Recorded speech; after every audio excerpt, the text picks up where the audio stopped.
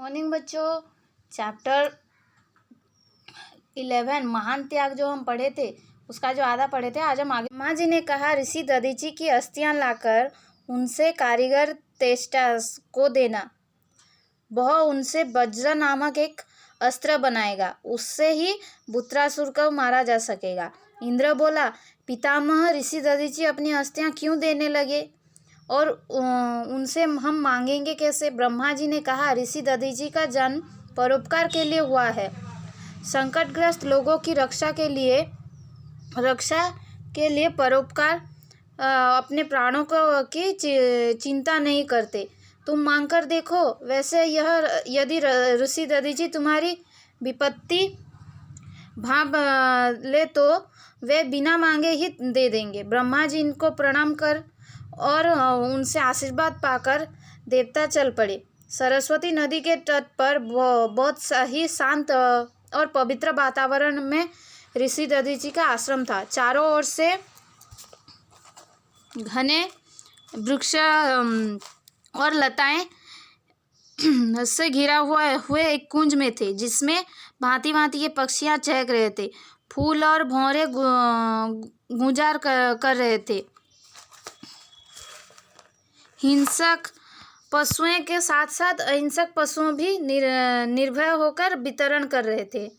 ऋषि को करुणा और परोपकार के प्रभाव से पशु पक्षी तक अपना स्वाभाविक बैर भूल कर मित्रता कर रहे थे।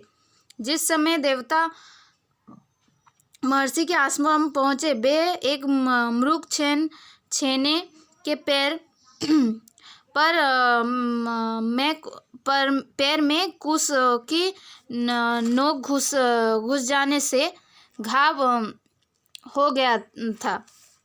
उस पर इंगुदी का तेल लगा रहे थे। देवताओं को देखकर ऋषि प्रसन्न हुए और बोले, स्वागत।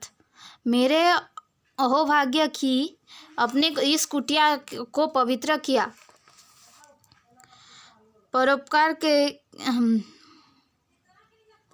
आइए पधारिए, दधीचि के तन मन आपकी सेवा में प्रस्तुत है। इंद्र बोले, ऋषिवर आपके दर्शन प्रकार हम धन्य हो गए। आपके यश का गौरव तीनों लोकों में फैला हुआ है। आपको परोपकार की गाथाएं गंधर्व वर्णन गाते हैं। पाताल में नागकन्याएं आपका गुणगान करती है। क्या हुआ बच्चों? जब ब्रह्मा जी बोले कि ऋषि दधीचि का अस्थियों से ही मारा जा सकता है, तो ब्रह्मा जी बोले कि ऋषि दधीचि का अस्थियां हम क्या करेंगे? उसने बोला तो ब्रह्मा जी बोले कि अस्थियां लाकर कारीगर तेष्टा को देना और वो अस्थियों से एक वज्र बनाएगा, उससे ही वृत्रासुर को मारा जा सकता है। इंद्र बोले, भला ऋषि दधीचि क्यों हमें अपनी अस्थियां देने लगे? तो ब्रह्मा जी ने कहा, ऋषि दधीचि का जन्म परोपकार के लिए हुआ है। संकटग्रस्त लोगों के लिए परोपकारी कुछ भी कर सकते हैं। मतलब जो संकट में होते हैं, जो परोपकारी होते हैं, वो संकट में होने लोगों को लिए कुछ भी कर सकते हैं। वैसे ऋषि दधीचि तुम्हारी विपत्ति अगर भांप ले तो वो तुम्हें ऐसे ही अपनी अस्थियां दे देंगे, ऐसा बोले ब्रह्मा जी। ब्रह्मा जी को प्रणाम कर आशीर्वाद लेकर देवता सब चल पड़े। सरस्वती नदी के तट पर बहुत शांत सी पवित्र वातावरण में ऋषि दधीचि का आश्रम था। वहाँ पर क्या थे? चारों ओर बहुत बड़े बड़े वृक्ष थे। लताएं से घिरा हुआ एक कुंज था। मतलब लताओं से घिरा हुआ एक वन जैसा था, छोटा सा बगीचा जैसा, जिसमें बहुत सारे पक्षी चहक रहे थे। बहुत सारे भांति भांति के, मतलब बहुत प्रकार के फूल और भौरे गूंज रहे थे। पशु पक्षियाँ, हिंसक पशु जो मांस खाते हैं और अहिंसक पशु जो पेड़ पौधे खाते हैं, घास फूस खाते हैं, दोनों एक साथ मिलकर रहते थे। अपने बैर को भूलकर, मतलब अपने लड़ाई को भूलकर वो एक साथ रहते थे। ऋषि की करुणा के जिस समय देवता आश्रम में पहुंचे, एक मृग मतलब एक हिरण की पैर की नोक में एक क्या घुस गया था, कुश घुस गया था। कुश मतलब जो घास का नोक होता है वो घुस गया था, उसको निकाल रहे थे। और किसका तेल लगा रहे थे? इंगुदी का तेल, इंगुदी का तेल लगा रहे थे। इंद्रा बोली, ऋषि देवताओं को देखकर ऋषि बहुत प्रसन्न हो गए।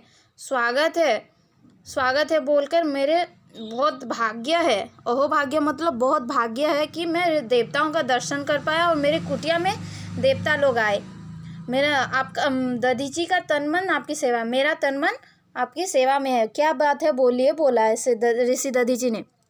तब इंद्र बोले कि ऋषिवर, आपके दर्शन पाकर हम धन्य हो गए, उनके दर्शन पाकर हम धन्य हो गए, बोला इंद्र ने। आपके परोपकार के किस्से तो सारे तरफ फैली हुई है, गंधर्व वर्णन हो गए है, फैली हुई है, और नाग कन्याएं आपके गुण गाकर रहती है।